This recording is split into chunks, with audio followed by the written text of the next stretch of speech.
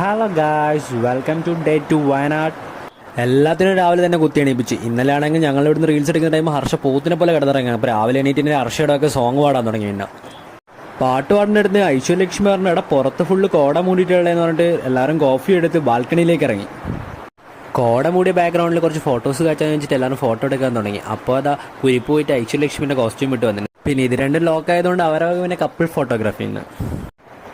എൻ്റെ അമ്മ ഈ തണുപ്പത്ത് വിറച്ചിരിക്കുന്ന ടൈമത്ത് എല്ലാത്തിനും പൂളിലേക്ക് കുളിക്കാൻ പറ്റുന്നുണ്ട്. എന്നെ എടുത്തിട്ട് പൂളിലേക്ക് തള്ളിയിട്ടല്ലോ.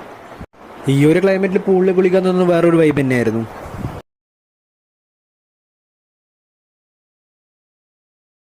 അയ്യേ, അനക്കടെ ബക്കര കണ്ടിട്ട് ഞാൻ വിചാരിച്ച് പൂളിലിറങ്ങി കഴിഞ്ഞാൽ സ്വിമ്മിങ് താരം വല്ല ആയിരിക്കും. പിന്നിലെ മനസ്സിലായി വെള്ളം ഇത്രയ്ക്ക് പേടിയാന്ന്.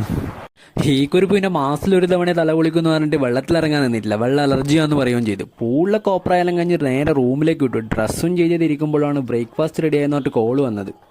പിന്നെ നമ്മൾ ഫുഡിൻ്റെ കാര്യത്തിൽ വിട്ടുവീഴ്ചില്ല, നേരെ ഫുഡ് അടിക്കാൻ വിട്ടു. റിസോർട്ടിലെ ചെക്കന്മാർ സൂപ്പറാന്ന് പറഞ്ഞിട്ട് അനകി നീവും വായി നോക്കുന്നത് വീട് ശ്രദ്ധിച്ചു നോക്കിയാൽ മതി.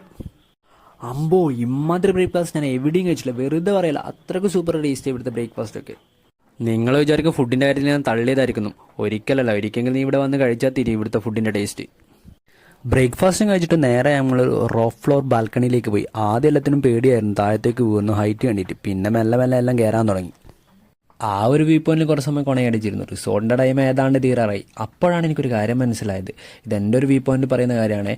പെട്ടെന്ന് എടുക്കുന്ന ട്രിപ്പായിരിക്കും കൂടുതൽ കളറാവുന്നത്. നിങ്ങളുടെ അഭിപ്രായം എന്ന് വെച്ചാൽ കമൻറ്റ് ചെയ്യാൻ മറക്കണ്ട കേട്ടോ. അപ്പോൾ പിന്നെ പറഞ്ഞ പോലെ വീഡിയോ ഇഷ്ടമായാൽ ലൈക്ക്, ഷെയർ, സബ്സ്ക്രൈബ്.